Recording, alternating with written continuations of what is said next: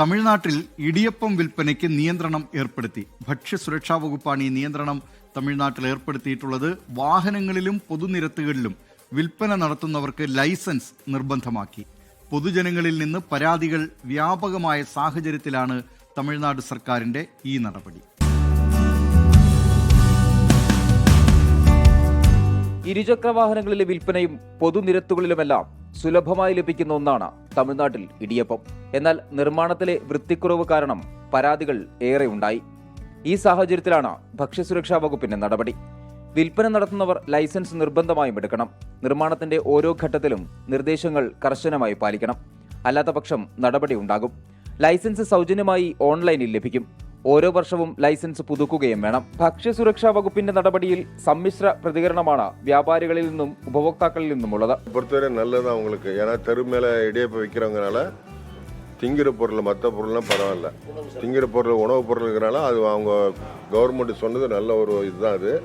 ஆனால் கவர்மெண்ட்ல வந்து அது இலவசமாக கொடுக்குறதா அவங்க சொல்லியிருக்கிறாங்க. அது ஃப்ரீயாக நாங்கள் கொடுக்குறோம் அப்படின்ட்டு இருக்காங்க. அதை எடுத்து அந்த மாதிரி அவங்க பண்ணுறது അവങ്ങൾക്ക് നല്ലതാണ്. അത് ഇതൊക്കെ പല കൊല്ലമായിട്ട് ഇതന്നെല്ലാം ഇപ്പോൾ ചെയ്തിട്ടിരിക്കുന്നത്. ഇപ്പം ഇതിലൊന്നും വലിയ ക്വാളിറ്റിക്ക് നോക്കാനില്ല. അങ്ങനെ ക്വാളിറ്റി ഇല്ലാതെ അവർക്ക് അങ്ങ് കൊടുക്കില്ല. അത് കുറേ കൊല്ലമായിട്ട് നമ്മൾ ഇന്നലെ ഇല്ല. ഇപ്പം ഇതൊക്കെ ചട്ടം പറയണത് ഇന്നാണ് പറഞ്ഞത്. ഇതൊക്കെ നമ്മൾ 20 കൊല്ലമായിട്ട് ഇത് കണ്ടിന്യൂ ആയിട്ട് തന്നെയല്ല ഇരിക്കുന്നത്. ഇതിൽ വലിയ പ്രശ്നങ്ങളോ വലിയ ഡാമേജോ ഒന്നും ഇല്ല. ആയിരക്കണക്കിന് ആളുകളാണ് തമിഴ്നാട്ടിൽ ഇടിയപ്പം വിൽപ്പന നടത്തി ജീവിക്കുന്നത്. നിർദ്ദേശം ഇവർക്ക് തിരിച്ചടിയാകുമെന്നും വാദിക്കുന്നവരുണ്ട്. എന്നാൽ ലൈസൻസ് വരുന്നത് ഗുണനിലവാരം മെച്ചപ്പെടുത്തുമെന്ന് പറയുന്നവരാണ് ഏറെയും. ലൈസൻസ് എടുത്തതുകൊണ്ട് മാത്രം കാര്യമില്ലെന്നും നിർദ്ദേശങ്ങൾ പാലിക്കുന്നുണ്ടോ എന്ന് കൃത്യമായി പരിശോധിക്കണമെന്നും ആളുകൾ ആവശ്യപ്പെടുന്നു. நல்லது கரெக்டாக முறைப்படுத்தணும். லைசன்ஸ் இருந்தாலும் பத்தாது. அதை அவங்க செய்கிறாங்களா செய்யலையான்னு தெரியாது, யாருக்குமே தெரியாது. அதை கரெக்டாக பார்த்து பண்ணணும்.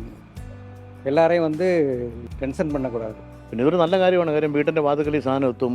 പിന്നെ കുറച്ച് സാധാരണക്കായ മിഡിൽ ക്ലാസ് ആൾക്കാർക്ക് കുറച്ച് കോസ്റ്റ് പ്രൊഹിബിറ്റീവായിട്ട് സാധനം കിട്ടും. അതുകൊണ്ടൊക്കെ ഇത് നല്ല കാര്യമാണ്. പക്ഷേ പിന്നെ അതിൻ്റെ ക്വാളിറ്റി ഉറപ്പുവരുത്തേണ്ടത് അത് ഫുഡ് ആൻഡ് സേഫ്റ്റിക്കാരുടെ ഉത്തരവാദിത്തമാണ്. അപ്പോൾ അവരത് പ്രോപ്പറായിട്ട് ചെക്ക് ചെയ്യണം. വെറും ഒരു ലൈസൻസ് കൊടുത്തുകൊണ്ട് മാത്രം ഇതിനൊരു ഇമ്പ്രൂവ്മെന്റ് ഉണ്ടാവുമെന്ന് തോന്നുന്നില്ല. ഡിസംബർ 26 മുതലാണ് നിയന്ത്രണം നിലവിൽ വന്നത്. ചെന്നൈ നഗരത്തിൽ ഇപ്പോൾ തന്നെ വിൽപ്പന വ്യാപകമായി കുറഞ്ഞിട്ടുണ്ട്. ലൈസൻസ് എടുത്ത ശേഷം വിൽപ്പന തുടരാമെന്ന നിലപാടിലാണ് ചില വ്യാപാരികൾ.